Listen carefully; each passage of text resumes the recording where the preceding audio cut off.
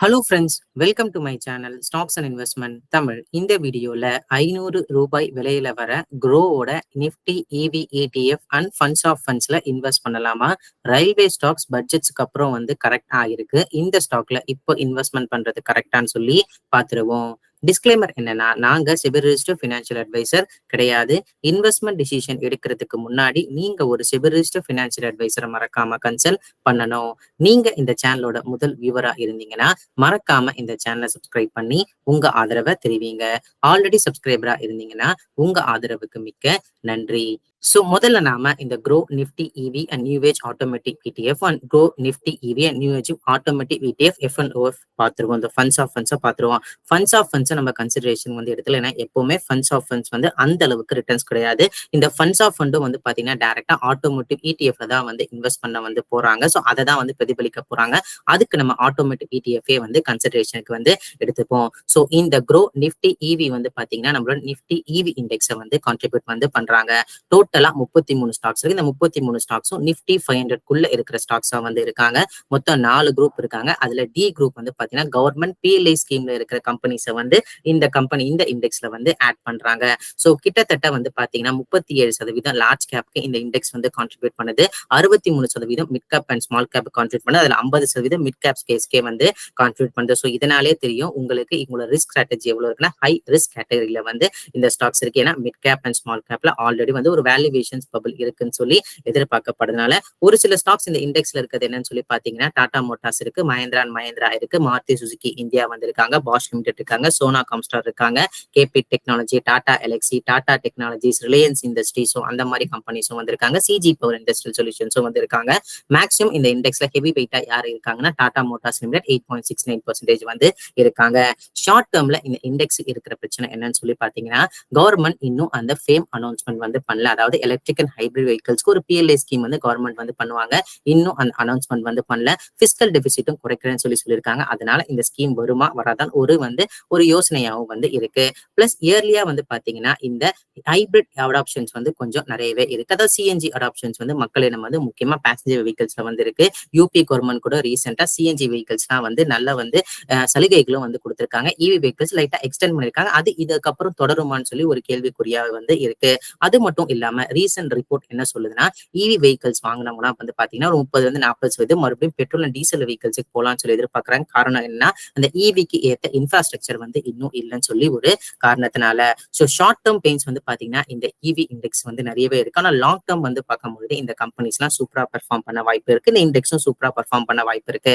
காரணம் என்னன்னா, 2023 almost double ஆன இந்த இவி சேல்ஸ் 2024 அதே அளவுக்கு தொடர்றதுக்கு வாய்ப்பு இருக்குன்னு சொல்லி எதிர்பார்க்கப்படுது. இப்ப கொஞ்சம் ஸ்டாக்னண்டா இருக்கு. பட் போக போக பாத்தீங்கன்னா அது சரியாகிறதுக்கு வாய்ப்புகள் இருக்கு.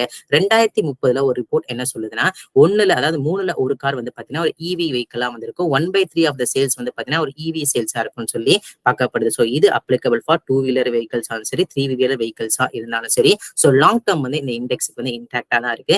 மினிமம் ஒரு 3 இயர்ஸ் இல்ல மேக்ஸிமம் 5+ இயர்ஸ் இந்த மாதிரி இண்டெக்ஸ் கொடுத்தா ஒரு நல்ல ரிட்டர்ன்ஸ் தர வாய்ப்புகள் இருக்கு. ஸோ ரீசென்ட் டைம்ஸ் இந்த இண்டெக்ஸ் ரிட்டர்ன்ஸ் எடுத்து பார்த்தா கூட ஃபார் அளவுக்கு நிஃப்டி 50 நல்லாவே பீட்டும் பண்ணிருக்குங்க. ஸோ இந்த ஆட்டோமேட்டிக் ETF பாத்தீங்கன்னா ஒரு long term opportunity with high risk category இருக்கிற ஆப்பர்ச்சுனிட்டி தான் நான் பாக்குறேன். பிளஸ் இது ETF இருந்ததுனால இது இப்ப வருது NFO. ஸோ ETFனால ஒன்ஸ் லிஸ்ட் ஆயிட்டதுக்கு அப்புறம் இவங்க ட்ரேடபிள் வால்யூம்ஸ் எப்படி இருக்குன்னு சொல்லி பாருங்க. ஷார்ட் டேர்ம்ல இவங்களோட ட்ராக்கிங் எரர் எப்படி இருக்குன்னு சொல்லி பாக்குறேங்க. அது மட்டும் இல்லாம லிக்விடிட்டி எப்படி இருக்குன்னு சொல்லி பாருங்க. ஏன்னா ஒரு ஆத்திர அவசரத்துக்கு நம்ம ETF விற்கிறோம்னு போகும்போது எதிர்க்க விற்கிறதுக்கு வாங்கறதுக்கு ஆள் இல்லைன்னா நம்ம கொஞ்சம் ப்ரெஷர் ஆகிறதுக்கும் வாய்ப்புகள் இருக்கு.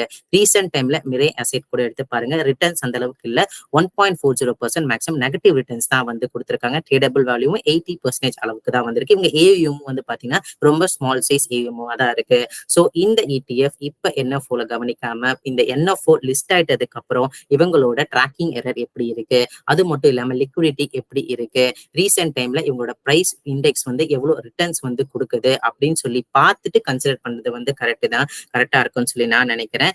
ஈவி வந்து ஃபியூச்சர் கண்டிப்பா தாங்க. இது ETF. இந்த ETFல இந்த 3 மெட்ரிக்ஸும் இன்வெஸ்ட் பண்றதுக்கு முன்னாடி நீங்க கொஞ்சம் யோசிப்பீங்கன்னு சொல்லி நான் நினைக்கிறேன். அடுத்து நம்ம ரயில்வே ஸ்டாக்ஸ் வந்து பார்த்துருவோம். இந்த ரயில்வே ஸ்டாக்ஸ் வந்து பாத்தீங்கன்னா பட்ஜெட்ல அவங்க நினைச்ச மாதிரி எதிர்பார்ப்பு இல்லாததுனால கடந்த 5 நாள்ல 10.76% நெகட்டிவ் ரிட்டர்ன்ஸும், அதே மாதிரி இர்கான் இன்டர்நேஷனல் பண்ண கடந்த 5 நாள்ல 13.21% நெகட்டிவ் ரிட்டர்ன்ஸும், அதுக்கப்புறம் வந்து பாத்தீங்கன்னா IRFC வந்து பாத்தீங்கன்னா கடந்த 5 நாள்ல 11.19% நெகட்டிவ் ரிட்டர்ன்ஸும் வந்து கொடுத்திருக்காங்க. ரெகுலரா இந்த 3 ஸ்டாக்கை பத்தி நம்ம பேசியிருக்கோம். அது மட்டும் இல்லாம ஒன்ஸ் வேல்யூவேஷன் ஜஸ்டிஃபைபிளா இல்லாமது போட்ட பணத்தை எடுக்க கன்சிடர் பண்றதும் கரெக்டா இருக்கும்னு சொல்லி நம்ம சொல்லியிருக்கோம். இந்த வீடியோல வந்து ப்ரீவியஸா சொல்லியிருக்கோம். சோ இப்ப இந்த ஸ்டாக் என்ன பண்ணலாம், இவ்வளவு தூரம் 10% அளவு கரெக்டா இருக்காங்க, இப்போ வேல்யூ இன்வெஸ்டரா அப்படின்னு சொல்லி கேட்டீங்கன்னா, இந்த கம்பெனியோட ஃபர்ஸ்ட் பாசிட்டிவ் என்னன்னு வந்து பாத்தீங்கன்னா RBNL ஒரு 80,000 கோடி அளவுக்கு ஆர்டர் புக் வந்து இருக்கு. இர்கான்ல வந்து பாத்தீங்கன்னா ஆர்டர் புக் வந்து ஒரு 27,000 கோடி அளவுக்கு வந்து இருக்கு. EPS growth ரயில் விகாஸ் நிகாம் லிமிடெடுக்கு ஆல்மோஸ்ட் வந்து 70% வந்து இருக்கு கடந்த 5 வருஷத்துல. ஐ மீன் எக்ஸாக்டா சொன்னா 85% வந்து இருக்கு. இர்கான் வந்து பாத்தீங்கன்னா 79% EPS growth வந்து இருக்கு. சோ இந்த EPS growth இந்த அளவு இருக்கு. சோ அதனால இந்த P/E 73 ரயில் விகாஸ் நிகாம் லிமிடெடும் 28 டைம்ஸ் earnings இர்கான் இன்டர்நேஷனல் கரெக்டா அப்படின்னு சொல்லி கேட்டீங்கன்னா, கடந்த 4 வருஷத்துல இவங்க மெயின் பிசினஸ்ல இருந்து இல்லாம அதர் இன்கம் வந்து நிறையவே ஏறி இருக்கு. அதனால இவங்க EPS வந்து பாத்தீங்கன்னா கணிசமா உயர்ந்திருக்கு. சோ எக்ஸாக்டா இவங்களோட சேல்ஸ் growth நம்ம எடுத்து பார்க்கும்போது இந்த RBNL இருந்தாலும் சரி, இர்கானா இருந்தாலும் சரி, நான் கடந்த 3 வருஷம் சேல்ஸ் growth சொல்ல, கடந்த 5 வருஷம் சேல்ஸ் growth கம்பேர் பண்ண சொல்லும்போது இந்த வேல்யூவேஷன்ஸ் கொஞ்சம் ஜஸ்டிஃபைபிளா இல்லைன்னு சொல்லி எனக்கு தெரியுது. அது மட்டும் இல்லாம இவங்க 5 years R 10 years average P/E எடுத்து பார்க்கும்போது இந்த வேல்யூவேஷன் ஜஸ்டிஃபைபிளா இல்லைன்னு சொல்லி தெரியுது. சோ வேல்யூ இன்வெஸ்டரா இருந்தீங்கன்னா இந்த 10% கரெக்ஷன் வந்து உங்களுக்கு போதாது. இந்த RBNL இர்கான் ஷேர் பிரைஸா இருந்தாலும் சரி. சோ இந்த பட்ஜெட்ல தான் வந்து அனௌன்ஸ்மெண்ட் இல்ல. சோ வரப்போற பட்ஜெட்ல வந்து அனௌன்ஸ்மெண்ட் இருக்கும், இல்ல அடுத்த 4 பட்ஜெட்ல அனௌன்ஸ்மெண்ட் இருக்கும். நான் இப்ப இதை வந்து நான் ஒரு கன்சிடரேஷனா எடுக்க போறேன் அப்படின்னு சொல்ற இன்வெஸ்டர்ஸ் நான் என்ன சொல்ல விரும்புறேன்னா, ஸ்ட்ரிக்டா ஸ்டாப் லாஸ் வைக்கிறது கரெக்டாவே இருக்கும். காரணம் என்னன்னா, சோ நவம்பர்ல இருந்து இந்த பட்ஜெட் வர வரைக்கும் வந்து பாத்தீங்கன்னா இந்த நியூஸ் பேஸ்ட் ரேலியில வந்து ஸ்டாக்லாம் நல்லாவே ஏத்தி விட்டுட்டாங்க. சோ இப்ப அந்த நியூஸ் வராதனால ஸ்டாக் வந்து குறைஞ்சிக்கிட்டே வருது. நிப்டி வந்து பாத்தீங்கன்னா ஆல்மோஸ்ட் ஆல் டைம் ஹை வந்து ஃப்ரைடே வந்து ரீச் பண்ணாங்க. ஆனா இந்த ஸ்டாக்ஸ்லாம் அந்த அளவுக்கு வந்து பெர்ஃபார்மன்ஸ் வந்து பண்ணல. சோ ஸ்ட்ரிக்டா ரயில் விகாஸ் நிகாம் லிமிடெடுக்கு வந்து ஒரு ஸ்டாப் லாஸ் ஒரு 520 ஆர் 500 வந்து கரெக்டா இருக்கும் நான் நினைக்கிறேன். இர்கான் இன்டர்நேஷனலுக்கு வந்து பாத்தீங்கன்னா மினிமம் 220, 240 ஆர் 200 கரெக்டா இருக்கும்னு சொல்லி நான் நினைக்கிறேன். ஆர்டர் புக்லாம் வந்து இருக்கு. ஆனா இப்ப இருக்கிற வேல்யூவேஷன் ஜஸ்டிஃபைபிளா இல்ல. பட் இல்ல நான் கொஞ்சம் ரிஸ்க் எடுக்க போறேன்னு நினைக்கிறேன். இந்த ஸ்டாப் லாஸ் கரெக்டா இருக்கும்னு நான் நினைக்கிறேன். IRFC ஷேர்ஸ் வந்து பொறுத்த வரைக்கும் இவங்க EPS growth வந்து பாத்தீங்கன்னா ஆல்மோஸ்ட் வந்து ஒரு 60% மேல வந்து இருக்குங்க. சோ எக்ஸாக்டா சொன்னா 85% வந்து இருக்கு. ஆனா கடந்த 3 வருஷத்துல இவங்க டாக்ஸ் பர்சன்டேஜ் 0% இருக்கிறதுனால இவங்களோட நல்ல ப்ராஃபிட் வந்து பார்த்திருக்காங்க. பட் இவங்களோட AUM இருந்தாலும் சரி, நெட் இன்ட்ரெஸ்ட் மார்ஜின் இருந்தாலும் சரி, கடந்த 3 வருஷத்துல வந்து பாத்தீங்கன்னா ஆல்மோஸ்ட் ஃபிளாட்டா தான் இருக்கு. இந்த price to earning ratio, price to book volume வந்து பாத்தீங்கன்னா IRFCக்கு வந்து கொஞ்சம் ஹையர் சைட தான் நான் வந்து பாக்குறேன். சோ இந்த ஸ்டாக்குக்கும் வந்து பாத்தீங்கன்னா இப்ப ரீசென்ட் என்ட்ரி வந்து பாத்தீங்கன்னா கொஞ்சம் ப்ரெஷர்ல முடியறதுக்கும் வாய்ப்பு இருக்கு. சோ ஸ்டாப் லாஸ் வந்து 165 இல்லனா வந்து 140 வந்து கரெக்டா இருக்கும். வேல்யூ இன்வெஸ்டருக்கு இந்த பிரைஸ் டு ஏர்னிங் ரேஷியோ 37.40 வந்து கொஞ்சம் அதிகமா தான் சொல்லி நான் பாக்குறேன். சோ இந்த 3 ஸ்டாக்குமே வந்து இப்ப வேல்யூ பை வந்து கிடையாது. அதையும் மீறி நீங்க ரிஸ்க் எடுத்து கன்சிடர் பண்ண நினைச்சா கூட ஒரு ஸ்டாப் லாஸ் வந்து கண்டிப்பா வைக்கிறது வந்து கரெக்டா இருக்கும் நான் சொல்றேன். ஏன்னா நியூஸ் பேஸ்ல ரேலியான இந்த ஸ்டாக்ஸ் வந்து கொஞ்சம் கரெக்ட் ஆகிறதுக்கும் வாய்ப்புகள் இருக்கு. அதை நான் இங்க தெரிவிக்க விரும்புறேன். சோ இதெல்லாமே வந்து பாத்தீங்கன்னா என்னோட பர்சனல் வியூ. நீங்க இந்த மாதிரி ஸ்டாக்லயோ, NFOலயோ, ETFலயோ இன்வெஸ்ட் பண்றதுக்கு முன்னாடி ஒரு செபி ரிஜிஸ்டர்ட் ஃபினான்ஷியல் அட்வைசரை மறக்காம கன்சல்ட் பண்ணணும். இந்த வீடியோ உங்களுக்கு பிடிச்சா லைக் பண்ணுங்க. ரெகுலர் வீடியோ அப்டேட் பெல் ஐகானை கிளிக் பண்ணுங்க. மறக்காம stocks investment Tamil channel subscribe பண்ணுங்க. தேங்க்ஸ் ஃபார் வாட்சிங் ஸ்டாக்ஸ் இன்வெஸ்ட்மெண்ட் தமிழ் சேனல்.